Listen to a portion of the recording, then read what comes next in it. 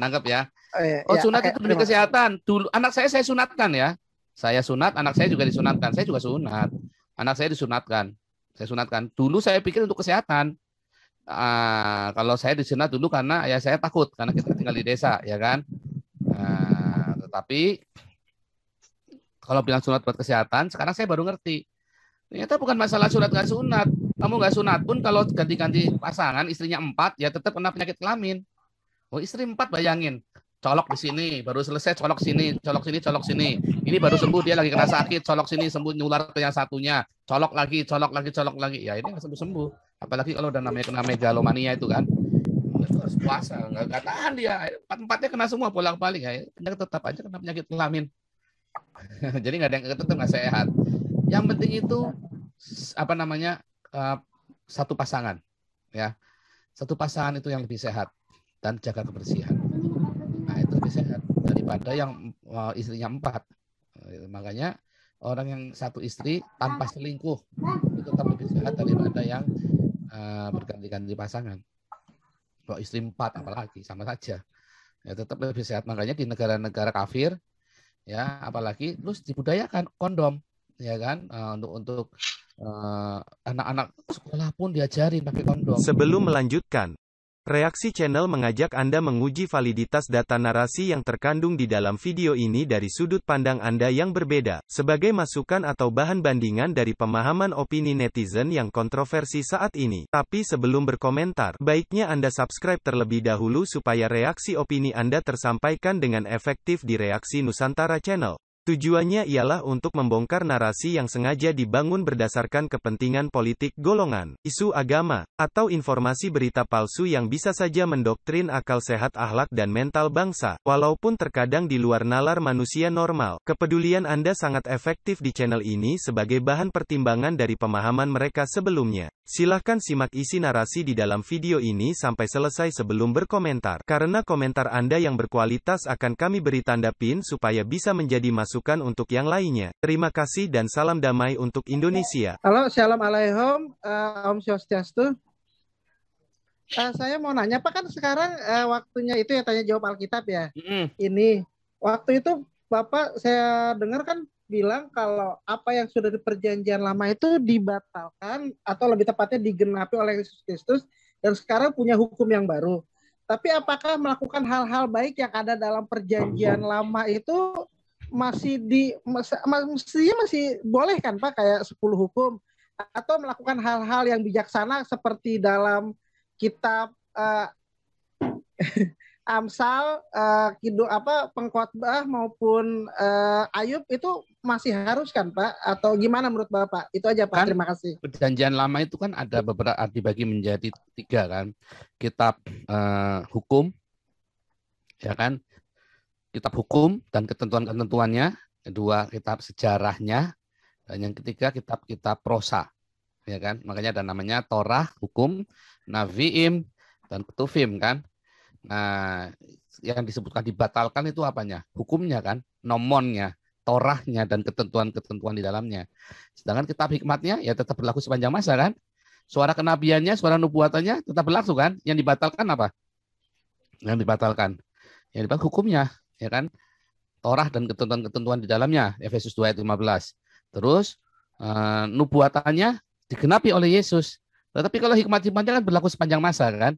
Bahkan Torah dan Naviimnya pun kita membuat kita sekarang menerapkannya secara metafora. Paulus dan para rasul sudah beberapa kali menunjukkan bagaimana cara memetaforakan perjanjian lama itu. Nah, sekarang masalahnya adalah Torah itu bagaimana Pak? Kalau saya 10 hukum Torah kan bagus Pak, dilarang berzina. Nah, iya kan di perjanjian baru juga sudah ada. Mau kepengen perempuan aja udah berzina. Jangankan koitus penis taruh di vagina, kepengin aja udah berzina.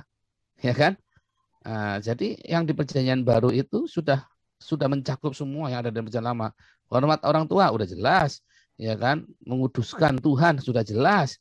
Semua sudah ada dalam perjanjian baru. Apakah perjanjian lama nggak sempurna? Sempurna. Tetapi itu ada masanya di zamannya. Nah, kalau kita kan di zamannya kita. Gitu. Zamannya kita kan di zaman Roh Kudus. Kairosnya kan kairosnya Roh Kudus.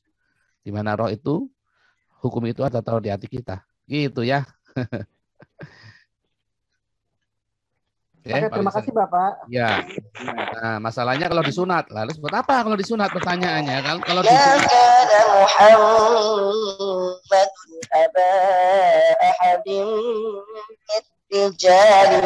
Aduh, Jibril dari mana itu Jibril? Jibril. Saya tengking dari Yesus. Kebetulan kalau soal sunat, saya untuk urusan kesehatan disunat Pak waktu kecil. Nah, saya kasih tahu ya, negara-negara yang bersunat ya, ternyata penyakit kelaminnya lebih tinggi daripada negara tak bersunat. Jadi itu semua hoax semua. Ya, itu hoax semua itu. Nangkep ya? Oh, sunat itu demi kesehatan. Dulu anak saya sunatkan ya. Saya sunat, anak saya juga disunatkan. Saya juga sunat. Anak saya disunatkan. Saya sunatkan. Dulu saya pikir untuk kesehatan. Kalau saya disunat dulu karena ya saya takut karena kita tinggal di desa, ya kan. Tetapi kalau bilang sunat buat kesehatan, sekarang saya baru ngerti. Ternyata bukan masalah sunat nggak sunat. Kamu nggak sunat pun kalau ganti-ganti pasangan, istrinya 4, ya tetap kena penyakit kelamin. Oh, istri 4 bayangin. Colok di sini, baru selesai colok sini, colok sini, colok sini. Ini baru sembuh, dia lagi kena sakit, colok sini, sembuh, nyular ke yang satunya. Colok lagi, colok lagi, colok lagi. Ya ini nggak sembuh-sembuh. Apalagi kalau udah namanya kena megalomania itu kan. Itu harus puasa, nggak tahan dia. 4-4-nya kena semua, bolak-balik. Ya, tetap aja kena penyakit kelamin. Jadi nggak ada yang tetap nggak sehat. Yang penting itu apa namanya satu pasangan, ya. Satu pasangan itu yang lebih sehat dan jaga kebersihan. Nah, itu lebih sehat daripada yang istrinya 4. Makanya orang yang satu istri tanpa selingkuh itu tetap lebih sehat daripada yang berganti-ganti pasangan. Kalau istri 4 apalagi sama saja.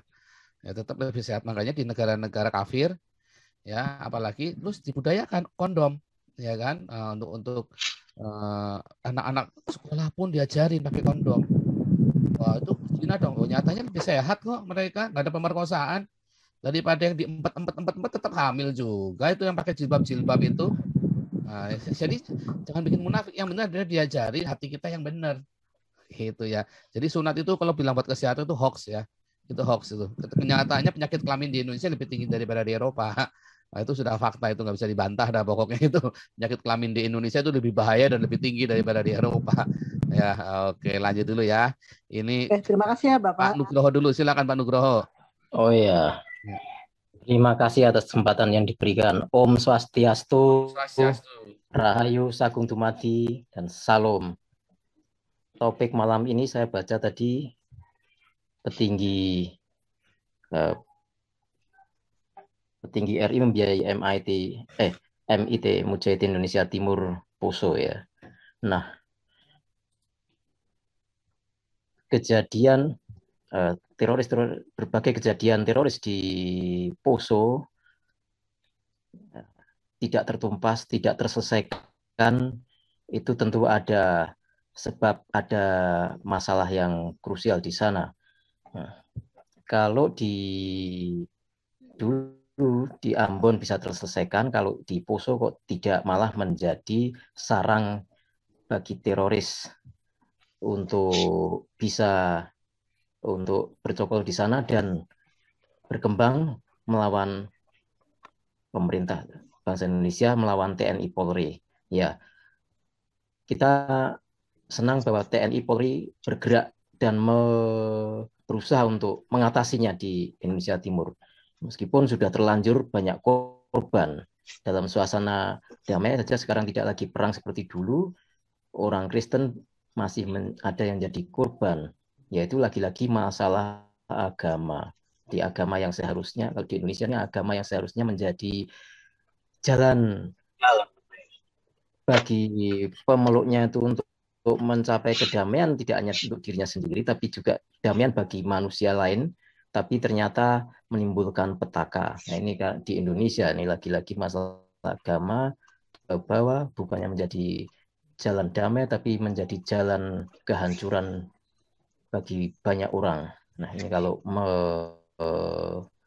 memahami agama secara keliru. Nah, tapi yang lebih parah lagi terkait agama adalah mengimpor orang-orang dari luar untuk mendidik orang Indonesia, mengajari,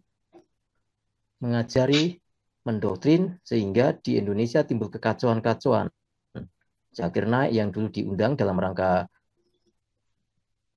menjelang pilihan Gubernur Ahok untuk menyerang Ahok bahwa ada maksud dengan Zakir Naik, sementara yang disampaikan adalah oleh Zakir Naik itu lebih banyak mengaduk-aduk iman Kristen. Kalau itu kita sebut sebagai, tapi kalau itu mereka yang diaduk-aduk pasti langsung ditangkap. Nah, tapi kok malah yang mengundang ini adalah malah seorang petinggi di Indonesia yang saya heran juga itu untuk malah bertindak seperti itu. Nah, rupanya memang ini kategorinya adalah pendukung khilafah orang itu.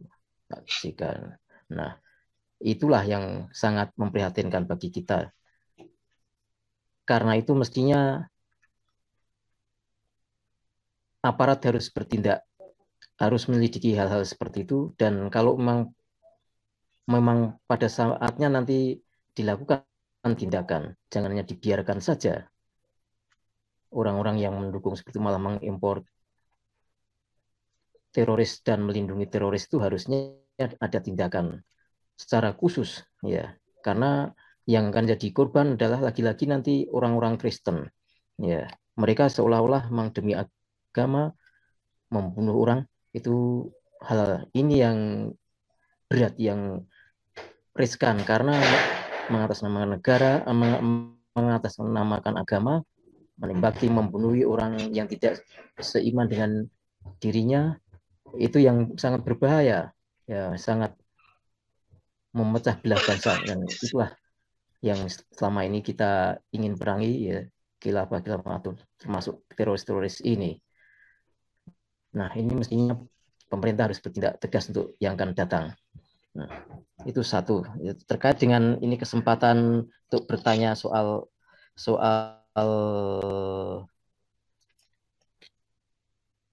pelajaran, saya mau bertanya Pak Paul, di dalam kitab Kejadian ada perjanjian Abraham dengan Tuhan dengan Abraham, terkait dengan tanah yang diberikan pada Abraham dan keturunannya. Saya mau bertanya, apakah yang diduduki bangsa Israel sekarang ini itu sudah sesuai dengan apa yang disampaikan oleh Tuhan dalam isi perjanjian Tuhan dengan Abraham, bahwa tanah yang dijanjikan itu, kalau dalam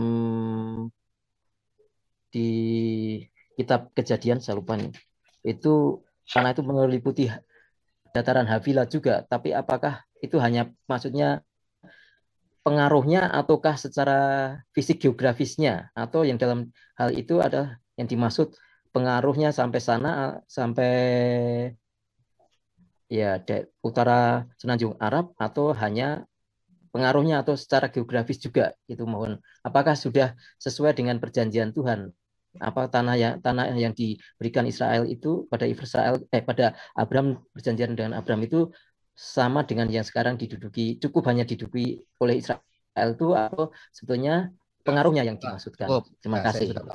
Terima kasih Anda telah meluangkan waktu untuk memberi masukan kepada kami, dan semoga komentar Anda bisa bermanfaat untuk edukasi generasi penerus bangsa ini, terutama bagi diri kita sendiri dan untuk mereka yang mau berpikir dengan akal sehat. Karena dengan akal sehatlah kita bisa bedakan mana yang terbaik untuk orang lain, saudara, keluarga, dan terutama untuk diri kita sendiri. Semoga hari-hari Anda selalu dirahmati Tuhan Yang Maha Esa. Dan sampai ketemu lagi di konten Reaksi Nusantara channel berikutnya. Salam sejahtera bersama keluarga.